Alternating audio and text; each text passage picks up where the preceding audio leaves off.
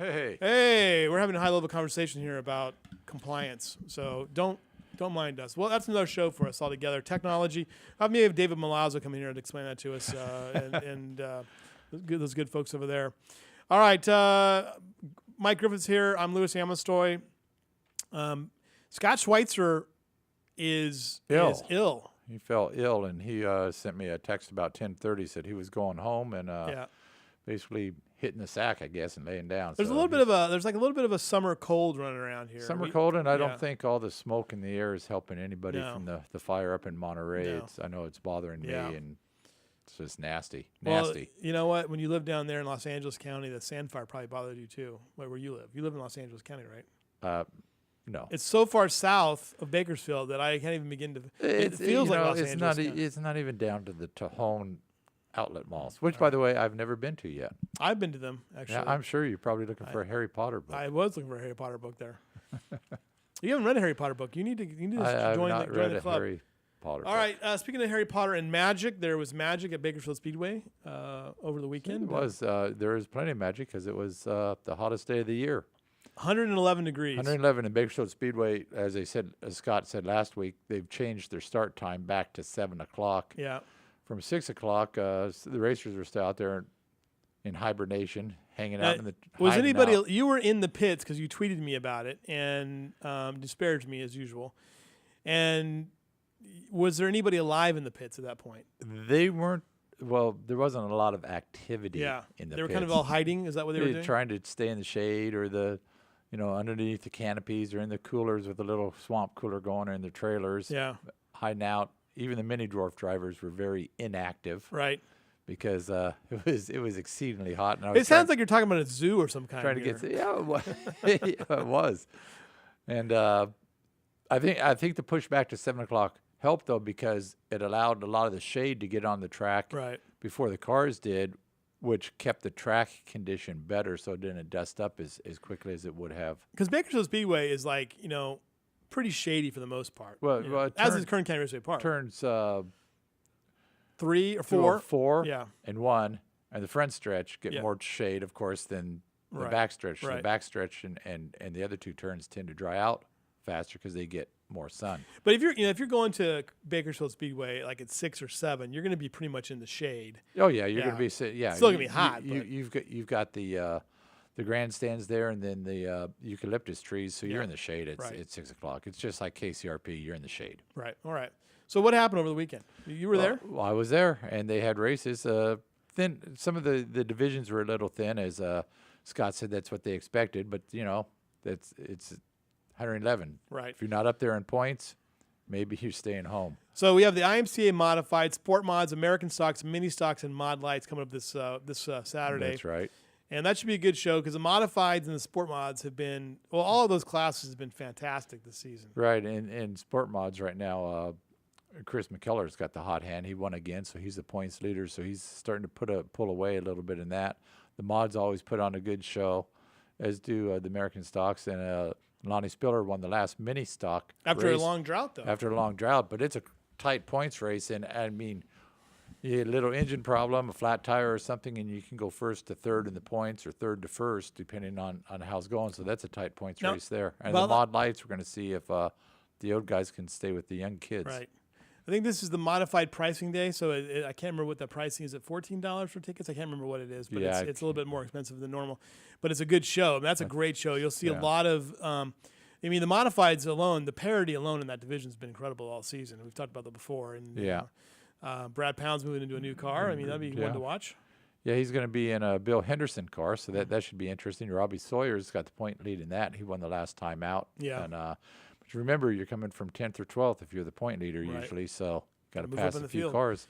We got some other things coming up. Late models on August 13th. That's going to be interesting because they're really down on late models the last show, and it's just what's happening in California right now in late models. The big shows at the end of the year are going to be fine, but they're suffering a little bit then, and then you're going to have the mods back for the second straight week, Hobby Stocks, Mini Dwarfs, and the California dwarf cars. But on the 20th is the Racing for Ronald night, when they usually have the carnival beforehand and everything. No Mini Dwarfs running this that race because Chloe Jones, a mini dwarf driver who's been really instrumental in that and wants to go out and wants to do things during that race. So they're not going to run mini dwarfs. She can be a little more active during the racing for Ronald thing. And they're giving away raffle tickets for Johasi Rebar, Mike Hill and Sadie Hill. Yeah. They've got an American stock. They built a brand new American stock car.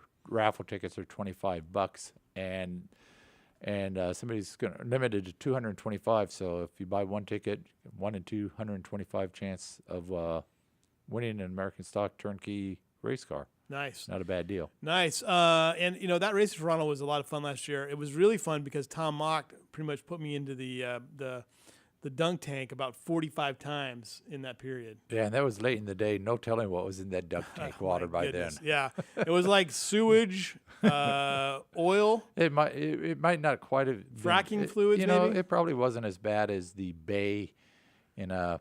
It wasn't like Rio. It wasn't like Rio where they're actually swimming in it. Right. Yeah. Absolutely. So I did swim in that quite a bit. All right. So let's get to the results. Here's Tom Mock. Some of Tom Mock's great photos. Yeah, we had the hobby stocks out there and pretty good race in the IMCA stocks, I should say. It was a good race for about 7 laps, and then Steven Johnson and then 26 pulled away. 7 or 8 straight wins for Steven. He's just he's untouchable right now. Ron Hurt kind of stayed close. Do you consider him? I mean, since he's been so dominant in that division, I mean, I know it's not a huge car count, but he's got to be in your short list for driver of the year. I mean, based on just the sheer number of wins he's got. Yeah. Yeah, he's just right now. He's a cat's meow. Right. There's nobody can touch him. His brother Chad got out there and I think Chad won a heat race and looked pretty good. But then it came main event time. Steven was the back of the field, and once he got through, it was all about Steven Johnson again. So they're fun cars. They're actually pretty close. There's some pretty good racing go on behind him. Right. So. It's interesting because we also have the Fast Trip All Area team or Fast Trip All Star team, all our driving team will be coming up here later this year. And Steven Johnson's one of those guys who's a lock on there. You win 3 races at an oval track, and you're in. You win 2 at Auto Club Famoso Raceway, you're in. Or you win a major championship at a March meet or Hot Rodder Union, you're in. Or you win maybe a Bud National, we get you in there as well. So it's great to see how many of these guys are starting to come through and start to increase our numbers for the team. Yeah, I think there's about 24 people on that team right now. And yeah, so we're about halfway where we were last year. Yeah. All right. Hobby Stocks had a pretty good field out there. Good nights of racing. Raymond, was it Raymond? Carl Noland. Winner here. Raymond Noland Jr. Right. Won out of Porterville.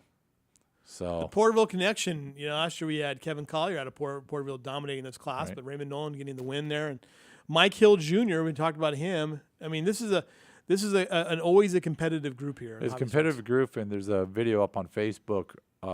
Mike ran right behind and at times next to Raymond for much of the race, but he just couldn't complete the pass. He'd pull up alongside him in one corner and then fall back, and then pull up alongside and fall back. So really competitive race there, and as usual in the hobby stocks. All right, finishing out that top 5 was Don Mead, Aaron Stewart, and Eric Simmental in the hobby stocks. Moving on now to the next class, Sport Mods. Sport Mods, pretty good racing behind the field in this one. Really good race toward the end of it, but right here you had Chris McKellar, and that was Jason Nation in the 83 car. That was, I think, maybe the pass to get to the lead. And then once he got out front, he was able to hold it. James Cecil got Jason at the end there. That was a really good race for a second. Jordan Hager and Nick Spain-Howard, who won the championship last year, came in 5th. All right, Billy Simpkins in 6th, Jared Schweitzer in 7th, and Joey Dominguez in 8th, and Brylon Holder in 9. Yeah. And moving on. Oh, these were the hard tops. The Okie Bowl hard tops. And actually, this was one of the more entertaining races. I read a comment on Facebook saying that how great it was. Yeah, they had a pretty good field. I don't know exactly how many were out there, but they're getting pretty fun to watch, and they had well over a dozen cars, and these guys are getting after it. They're just not driving around and putt-putting, as we like to say. They're getting it after. They're getting those cars sideways and a lot of fun. And Mark McCaslin got the win there. James Bradburn, Bobby Courtney, Rich Souza. There were far more than that. That's just the top four in that class. Right? Yeah. But a fun class to watch. Started with a handful of cars many years ago, and there's a good turnout for this. Those guys want to race. They race about once a month, put on a little exhibition type show, but it's not an exhibition anymore. They're running. So well, it was a positive reaction to it. And speaking of positive reaction, here are the mini dwarfs. Here's the mini dwarf. That first one was Kiersey Young and Chloe Jones, I think, out there outside side by side. So pretty good racing in this class. It started pretty rough, and then pretty good racing. Seth Wise here in the 87 car. Well, Seth Wise. This is Seth Wise, right? Seth Wise. Right. But those were, I think, I've got senior mini dwarfs here, so those were the junior mini dwarfs. Right. Seth Wise was a senior mini dwarf. That picture I put there was the junior mini dwarf winner. Okay. Right. Seth Wise was the winner. Brody Graham was the winner in the junior mini dwarfs. Trenton Yurto in the 24 car. Second, Mason Ratcliffe. Third, Nathaniel Edwards. Hank Hall came in fifth. I think there were 3 early cautions in the junior race, and that takes a while to get them all lined up again. And then they ran a lot of green flag laps, and Brody Graham was in a brand new car and got the win. So that's Hank Hall there in the 57. That's a good looking car with the LED green lights under it. If they're out there to see a video. Yeah. And there's you got Mason. There's some great names in that class too. Jet and Stryker. Yeah. You know, Brody. I mean, there's some great names. Yeah, there are. So it was a good night of racing out there for the mini dwarfs. Those car counts weren't down. No, they've been strong all and year then long. On the senior mini dwarfs, which we had the first slide, Seth Wise got his first win on dirt. Lane McDonald second. Kiersey Young third. Jacob Carey, Chloe Jones. You see Madison Miners, Kennedy Cotton, Mallory Myers, Taylor Morrison, and Jaden Butler. A lot of women drivers up there, and giving the guys a run for their money. Seth Wise has now won kind of back-to-back races. He got a win, his first win ever out there on the pavement at KCRP, and now he came back. And he went from third to first on the last lap to get the win. So, well, who do we got next coming up here after our break?